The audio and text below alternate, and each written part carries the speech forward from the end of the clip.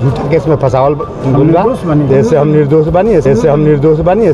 Bihar police को अब क्या कहा जाए? छोटे बदमाशों को तो एक बार, दो बार ही नहीं 3-4 बार पकड़ लेंगे, लेकिन सफेदपोश अपराधियों या नेताओं को पकड़ने में उन्हें काफी पापड़ बेलने पड़ते हैं।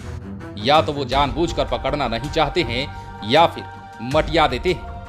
ऐसा ही मामला भोजपुर इलाके के दबंग नेता के साथ हुआ। वो नेताजी भी कोई छुट भैया नहीं थे, बल्कि इलाके के चर्चित फिगर थे। आरजेडी के दबंग नेता थे, और तो और क्राइम भी छोटा मोटा नहीं था, बल्कि रेप केस का मामला था। अब तो आप समझ ही गए होंगे कि आरजेडी नेता और पूर्व विधायक रेप केस के आरोपी थे। जिस समय का मामला है तब वे आरजेडी में विधायक थे। इसके बाद भी पुलिस की पकड़ में नहीं आ सके। बिहार पुलिस उस नेताजी को ढूंढती रह गई, लेकिन उनका कोई भी ठौर ठिकाना नहीं मिला, भनक तक नहीं मिली। जबकि वो दिन रात इलाके में ही घूमते रहे। पार्टी से उनकी विधायकी का पत्ता कटा तो उन्होंने पत्नी किरण देवी को टिकट दिलवा दिया। अब आप उनकी ताकत का अंदाजा लगा सकते हैं कि 2020 के चुनाव में उन्होंने अपनी पत्नी को चुनाव जिताकर विधायक भी बना दिया। भर चुनाव नेताजी वोटरों के बीच घूमते रहे, लेकिन क्या मजाल कि पुलिस को इसकी भनक लग जाती। वहीं नेताजी अब अपने मन से प्राथमिकी दर्ज होने के 3 साल बाद प्रकट हुए हैं और आसानी से कोर्ट के अंदर जाकर सरेंडर भी कर दिया। कोर्ट ने उन्हें 14 दिनों की न्यायिक हिरासत में भेज दिया है। जी हां, हम बात कर रहे हैं आरजेडी के पूर्व विधायक और पार्टी के दबंग नेता अरुण यादव की। रेप केस के आरोपी अरुण यादव को बिहार पुलिस नहीं पकड़ सकी तो नहीं पकड़ सकी। लोगों का तो यह भी मानना है कि पुलिस चाहती तो शहाबुद्दीन, आनंद मोहन, अनंत सिंह जैसे बाहुबलियों को पकड़ लेती है। लेकिन अरुण यादव में क्या था कि उन्हें ना स्थानीय पुलिस पकड़ सकी और ना ही मुख्यालय ने ही इस पर गंभीरता दिखाई।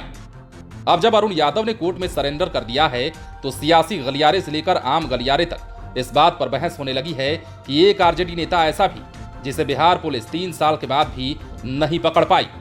सवाल यह भी उठ रहा है कि क्या पुलिस ने जानबूझकर गिरफ्तार नहीं किया। अब जबकि उस केस में गिरफ्तार बाकी के 4 आरोपी बाइज्जत बरी हो गए हैं, तब जाकर इन्होंने भी सरेंडर कर दिया है। पहले ये बताते हैं कि किशोरी से रेप केस का मामला क्या था। दरअसल 18 जुलाई 2019 को आरा की एक नाबालिग लड़की पटना से देह व्यापार करने वाले गिरोह के चुंगल से किसी तरह छूटकर पहुंची थी। पीड़िता के भाई ने नगर थाने में आवेदन देकर अनीता देवी और संजीत कुमार उर्फ छोटू के खिलाफ केस दर्ज कराया। नगर थाने में रेप और पॉक्सो एक्ट में मामला दर्ज किया गया था। पुलिस ने पीड़िता का कोर्ट में 164 का बयान दर्ज कराया। अपने पहले बयान में लड़की ने मनरेगा के इंजीनियर अमरेश कुमार और संजय कुमार पर रेप का आरोप लगाया। इसके बाद फिर से जब बयान हुआ तो पीड़िता ने तत्कालीन आरजेडी विधायक अरुण यादव के भी शामिल होने की बात कह दी। पुलिस ने इस बाबत 161 का बयान भी दर्ज किया था। इस घटना में पुलिस ने त्वरित कार्रवाई करते हुए 4 नामजद आरोपियों को तो गिरफ्तार कर जेल भेज दिया, लेकिन 5वां आरोपी अरुण यादव को नहीं पकड़ पाई। हालांकि पहले गिरफ्तार किए गए बाकी के 4 आरोपी क्रमशः अनीता देवी, संजीत कुमार, अमरेश कुमार और संजय कुमार को कोर्ट ने सबूत के अभाव में बरी कर दिया। दरअसल इस रेप कांड में पीड़िता के भाई बहन और परिजन सहित सभी गवाह बनने के बयान से मुकर गए थे। इसके बाद अवर जिला और सत्र न्यायाधीश 6 और पॉक्सो के विशेष न्यायालय ने 4 आरोपियों को बाइज्जत बरी कर दिया था। वहीं कहा जाता है कि डॉक्टर ने भी अपनी मेडिकल रिपोर्ट में साफ तौर पर कहा कि पीड़िता को कोई आंतरिक या बाह्य इंजरी नहीं है। आपको यह भी बता दें कि ये अरुण यादव कौन है। दरअसल अरुण यादव आरजेडी सुप्रीमो लालू प्रसाद यादव के काफी करीबी माने जाते हैं। 2015 के चुनाव में आरजेडी ने अरुण यादव को अपना उम्मीदवार बनाया था और वे संदेश विधानसभा क्षेत्र से भारी मतों से विजयी हुए थे। रेप केस में अरुण यादव का नाम आते ही वो फरार हो गए, जबकि 2020 के चुनाव में आरजेडी ने अरुण यादव को टिकट देने से परहेज किया। लेकिन अरुण यादव का उनके विधानसभा क्षेत्र में दबदबा को देख आरजेडी कोई बड़ा निर्णय नहीं ले सका। तब आरजेडी ने अरुण यादव की पत्नी किरण देवी को चुनाव मैदान में उतार दिया। इतना ही नहीं, मूल रूप से अगियाओं के लसाड़ी निवासी अरुण यादव के बड़े भाई विजेंद्र यादव को संदेश से जेडीयू ने टिकट दे दिया। फिर क्या था, संदेश की लड़ाई परिवार में पहुंच गई। लेकिन चुनाव के रिजल्ट ने यह साबित कर दिया कि अरुण यादव का लोगों के बीच जलवा बरकरार है। बता दें कि पत्नी किरण देवी को टिकट दिलाने से लेकर उन्हें जिताने में अरुण यादव की महत्वपूर्ण भूमिका रही। इस तरह उनकी पत्नी भी विधानसभा पहुंच गई।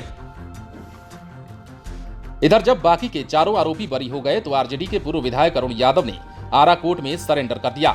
सरेंडर करने के बाद अरुण यादव को कोर्ट ने 14 दिनों की न्यायिक हिरासत में भेज दिया है। अरुण यादव को पकड़ने के लिए पुलिस ने तमाम जतन किए। हर संभावित ठिकाने पर छापेमारी के साथ ही कुर्की की कार्रवाई भी की गई, लेकिन नतीजा सिफर रहा। बिहार पुलिस के साथ कई महीने तक लुका छुपी का खेल खेलने के बाद आरजेडी के पूर्व विधायक अरुण यादव अब जाकर सामने आए। दूसरी ओर पुलिस के मुताबिक पूर्व विधायक अरुण यादव के खिलाफ अभी तक रंगदारी, हत्या और आर्म्स एक्ट समेत अन्य मामलों से जुड़े 13 गंभीर केस मिले हैं। साल 2010 से लेकर 2018 के बीच विधायक द्वारा काफी संपत्ति अर्जित की गई है। 2005 के बाद से आरोपी विधायक द्वारा अवैध तरीके से अर्जित चल और अचल संपत्ति की जांच के लिए पीएमएल के तहत आर्थिक अपराध इकाई यानी कि ईओयू पटना और ईडी को प्रस्ताव भेजा गया था। बहरहाल 3 साल बाद अरुण यादव द्वारा सरेंडर किए जाने के बाद आरा की राजनीति भी गर्मा गई है, लेकिन सवाल पुलिस पर उठने लगे हैं कि इस आरजेडी नेता को आखिर पुलिस 3 साल के बाद भी पकड़ क्यों नहीं पाई। इधर अरुण यादव ने मीडिया को जेल जाने के दौरान बताया कि वो निर्दोष हैं और उन्हें फंसाया गया है, लेकिन मुझे न्यायालय पर भरोसा है, इसलिए मैंने खुद को कोर्ट में सरेंडर कर दिया और ये कहते हुए अरुण यादव आगे बढ़ जाते हैं। लाइव सिटीज के लिए पटना से राजेश ठाकुर की रिपोर्ट। यदि आपने हमारे इस चैनल को सब्सक्राइब नहीं किया है तो सब्सक्राइब कर लीजिए ताकि हम आपको खबरों से अपडेट रख सकें। यदि आप ये वीडियो फेसबुक के माध्यम से देख रहे हैं तो हमारे पेज को लाइक कर दें। इसके अलावा आप लाइव सिटीज को ट्विटर पर भी फॉलो कर सकते हैं। के रोगी बने, हम बोले में समर्थ बने, ज्यादा बोले कोई तो वकील साहब लोग क्या कहेंगे भैया? न्यायालय पे भरोसा बा, बहुत भरोसा बा। हम किडनी के भी रोगी भी बनी, झूठा केस में फंसावल जैसे हम निर्दोष बनी, ऐसे हम आप हाजिर भाई नहीं।